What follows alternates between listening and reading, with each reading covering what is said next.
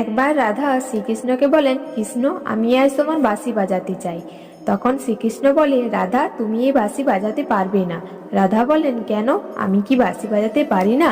শ্রীকৃষ্ণ তখন বলেন, না রাধা, তুমি তো 64 গুণে পরিপূর্ণ, তবুও এই বাঁশি তোমার কাছে বাজবে না। তখন রাধা কৃষ্ণের কাছ থেকে বাঁশি নিয়ে বাজানোর চেষ্টা করলেন।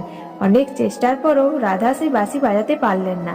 তখন রাধা কৃষ্ণকে বলেন যে এটা নিশ্চয়ই তোমার কোনো লীলা, এই জন্যে এই বাঁশি আমার কাছে বাজছে না। তখন ললিতা সখী বলে, রাধা তুমি ছেড়ে দাও, তুমি পারবে না। তখন রাধা ললিতার কাছে তার কারণ জিজ্ঞাসা করলো। তখন ললিতা বলে, তুমি এই মুরলীর কি নাম দিয়েছিলে? রাধা বলেন, কেন, কৃষ্ণ নাম। ললিতা বললেন, এই জন্যই তো বাজলো না। এই বাঁশি কৃষ্ণ নামে বাজে না, এটি তোমার নামে প্রাপ্য। এই বাঁশি রাধা নামেই বাজে। তারপর যখন রাধা নিজের নামে বাঁশি বাজাতে চেষ্টা করলেন, তখনই এই বাঁশি বাজতে শুরু হলো।